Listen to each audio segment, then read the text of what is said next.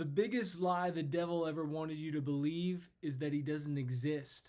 The biggest lie the record labels wanted you to believe is that you need them. But here's the truth. You can get a better loan from a drug dealer than you can a record label. You see, if you borrowed $500,000 from a bank to buy a house, and then you pay off that house, you own the house. You got a mortgage statement every month. You got to see how much interest, how much of the principal you paid down, and you get a statement for the year showing the total, right? And then you own the house. You borrow $500,000 when you sign a record deal, and that advance, that's what they call it, the advance. They advance you $500,000 to make your record, to live off of it, to maybe make your music video and different things, right? You pay it off by selling records, and you sell enough records and you pay back that loan from the record label, you still don't own your record. You still don't own the masters. And inside of that deal, they're probably taking anywhere between 70 or 80%, depending on what you negotiated with your entertainment lawyer. And the crazy thing is, they might be tacking on extra expenses. They could be tacking on other artist expenses and all kinds of things you don't know about. And what's crazy, when I was in my deal, we never got monthly statements. We never saw the income streams broken out. I didn't see Spotify, Apple Music, YouTube. I didn't see a line for syncs or any of that stuff. If I wanted to see a detailed statement, I'd probably have to pay someone to go audit them. And that's crazy. And we're in a time where we do not need the record labels. They're the biggest scam ever. If you want to partner with anyone, partner with a bank, borrow the money, get a small business loan, invest in yourself, partner with a producer, go 50-50 on it, and you guys own it and build your own empire. Stop living an ordinary life and build an extraordinary empire and build this. Because when you pay off the bank or you pay off who it is you borrow money from, then you own your masters. Because a lot of these artists, if they even do ever pay their records back, they still aren't seeing the funds.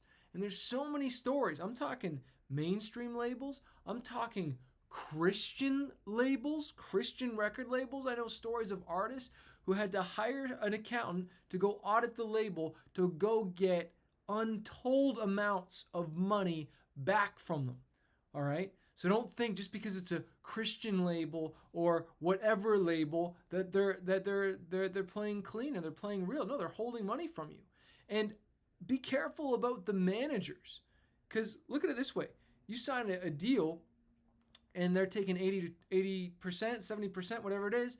Then you sign with the manager, they're taking 15 to 20%. What does that leave you? 10 to 15% to live off of? Do you know how many records you would have to sell and touring you would have to do? And if you signed a 360 deal where they're taking money from every single part of your business, that's crazy.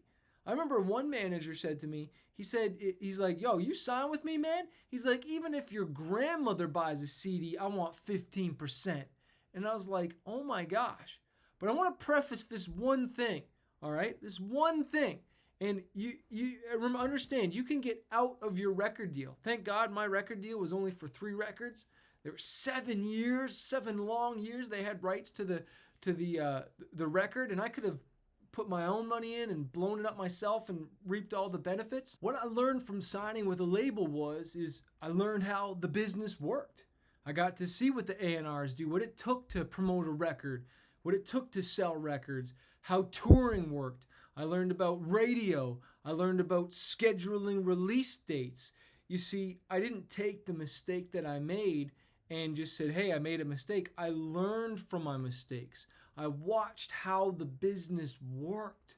And I even remember my A&R coming to me when I'm just like hungry, trying to come up with ideas, trying to get my music out there, trying to market it, trying to write better songs, trying to just grow, right, and blow this thing up. And he's like, you don't need us, man.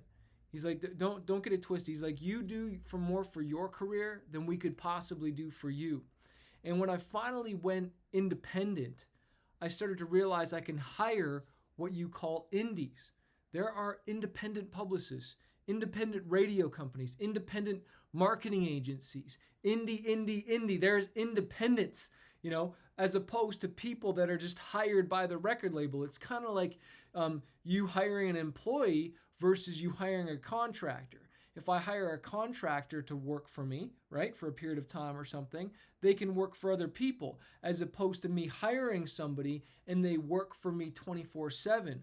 Well, I noticed a lot of these record labels, they would just hire indies, and other labels could hire this person out. Well, when I went independent, I hired them out myself, right? And so I'm able to tap into this network, tap into these resources without giving away all of my equity to my business. And here's the other thing I understood with labels, even though they didn't always love spending money, and I noticed this, at least the label I worked with, they're pretty cheap, right? Like they're pretty frugal. And that was a good thing. Like they wanted to, like, they were always like, well, what's the return on investment going to be? Like, be more resourceful. It's not about your resources, it was about your resourcefulness.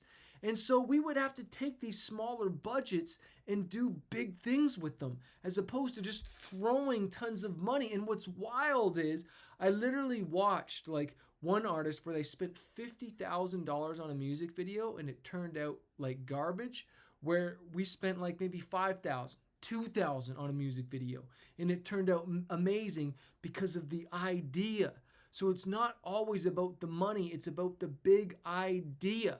But I'll tell you this, if you do sign with a label or you do sign with the manager, right? And the cool thing is you can get out, right? And you can learn and you can grow. But the whole point of a label or signing with a manager is to have 50% of a watermelon instead of 100% of a grape.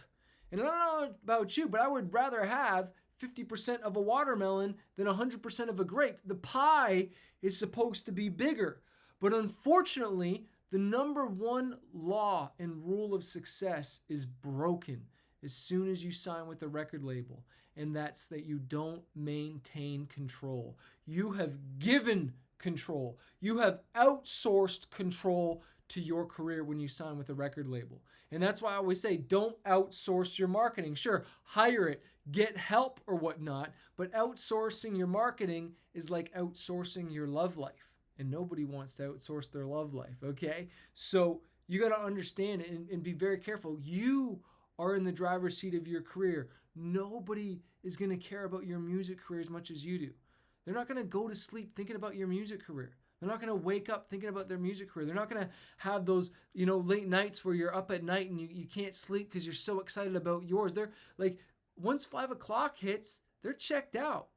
As a musician, as an entrepreneur, artist, we're thinking about this thing 24/7. Our problem is we struggle to turn it off, right? And so no one's going to care as much as you do. So why are you so quick to think someone's just going to come and save you from your dreams or put you in your dreams? No, you've got to do it.